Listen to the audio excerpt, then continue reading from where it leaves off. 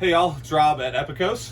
You may or may not know me if you've been in the store. I'm the gaming guru. I'm usually hanging out in the back doing various stuff with cards that I might not know as much about. But if you come in with a game question, I'm the one they summon from the back, and I talk probably twice as long as you want me to, get you excited, because this is my passion spot. When I started with the store, I basically told Henry, I know this section, and you've got to teach me the rest. I'm an idiot, but also you're an idiot in terms of your board games. This section sucks, so let me fix that, and I'll learn everything else. And I've basically done that, and this is now my kingdom. This is the end result. So I just wanted to walk you guys through kind of a brief spiel on my mentality when I'm building it, so that when you come in, you know what to look for, some of the questions to ask, and hopefully somebody, maybe other than me even, can answer it, but it'll probably be me.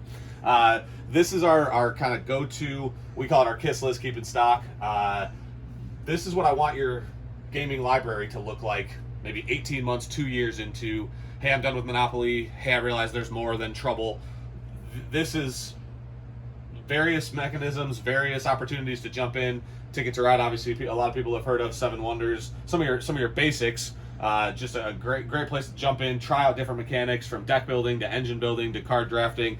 Bunch of words that you may or may not know what they mean, but again, I can walk you through some of it, but you can also walk yourself through some of it, because almost everything we've got here we also have as part of our rental program. And the idea behind the rental program is, I don't really know maybe which mechanics I like.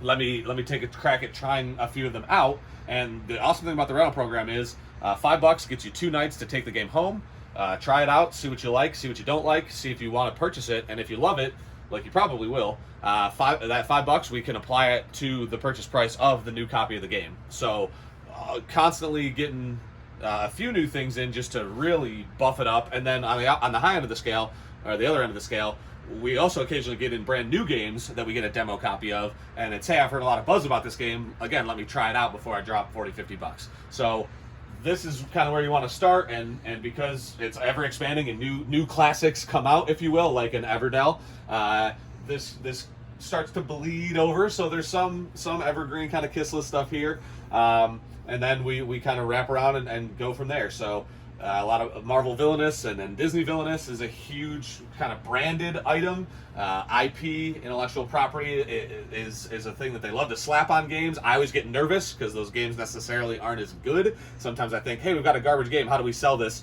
Well, let's put an IP on it. That's not what we do here. I find the good stuff that's actually got the IP that's done it well, like Villainous. Again, there's the Disney version or the Marvel version. Marvel Champions is one of our biggest sellers. That's a huge game. It gets its own shelf because they've got all this content. They're supporting the heck out of this thing. Really cool. Just various items with, if you've got a Harry Potter fan in your life, if you've got a Marvel fan in your life, you got Mickey and Friends. Just cool opportunities there to grab stuff.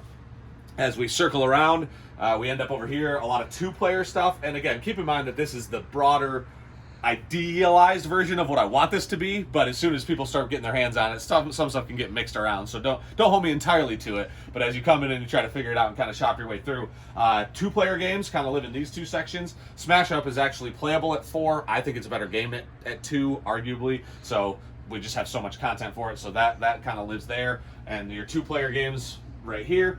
And then as we pivot, yeah, there's kind of one-offs here, and this can be a little bit of a hodgepodge, even some used items. So we mentioned the rental program. Sometimes those are copies of games that get traded into us. Sometimes it's demo games that we just have on hand. But we do also take board game trades, and so everything I'm talking about in terms of new content, and we don't do Monopoly because boo, Monopoly, oh, it's old and whatever else. But if it's a Doctor Who branded version and we think there's a market for it, we'll take that too. So if you've got games that you don't want to play, you can kind of pivot some of your old stuff and grab some of this newer stuff. So that lives in various pockets. There's a handful of the games here. We'll maneuver around and show you a few more in a little bit. But this whole wall, there actually is a rhyme and or reason to how this is kind of set up. And again, some of it's a little bit fluid, but targeted at younger audiences along the bottom makes sense. It's kind of at their almost eye level if you're really that small, but the lower down there. And then here we've got kind of the co-op, so cooperative. You're on the same team. You're all working towards a goal. Pandemic is actually a game in that vein genre as well, but it's such a classic, it's such a KISS list that it lives over there. But other ones in that ilk over here, a big portion of that is escape room style games. So you go to an escape room and it's 20, 30, 40 bucks a person to walk in there and solve all these different puzzles. These guys, you can play 5, 6 of you sitting around a table, and they do some really cool stuff with folding and cutting and destroying and things like that. And it's 15 to 20 bucks total. So I love that as an idea.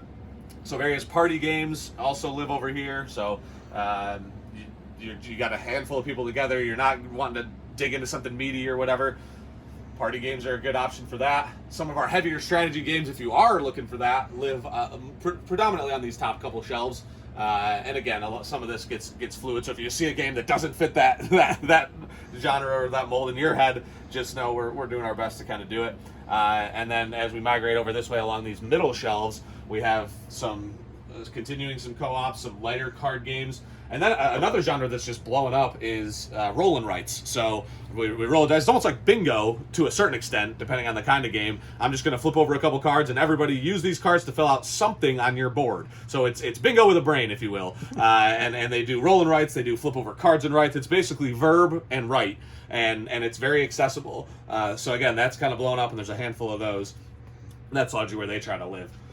So finishing it out as we migrate over this and over there, we see a lot of where we try to showcase some of the newer stuff that we've gotten in. So within the last few weeks, some of the stuff with honestly some of the best artwork I try to showcase and have that right there that came in maybe even that week, and then it might kind of migrate over to here or here. But most of the stuff you're going to see here is either very new or very old. We'll have some of our traded in and some of our stuff that we've been sitting on, and then over here is a little bit of almost like a clearance section. You'll see some red dotting throughout the store, not just in the board game section, but in ours as well, and that's 20% off everything there. But you also see yellow stickers that kind of scream, hey, I'm cheap, hey, I'm cheap. So we got some of that going on here. And then, yeah, this is some newer, smaller box stuff that just kind of long shot. The dice game is a super fun. I'll maybe do another video and highlight some of the newer stuff, but long shot just jumps out to me because it's got this goofy artwork or whatever. It's actually a remake of an older, bigger style racing game, but they made it a dice game, made it smaller. But it's a dice game that doesn't suck, which as we do more of these videos, you kind of see my taste. That to me matters because a lot of dice stuff, not my jam. That's a dice game that's actually good. So yeah, lots of really brand new stuff. Arc Nova is the new hotness right now for sure. That'll again be a part of probably a future video.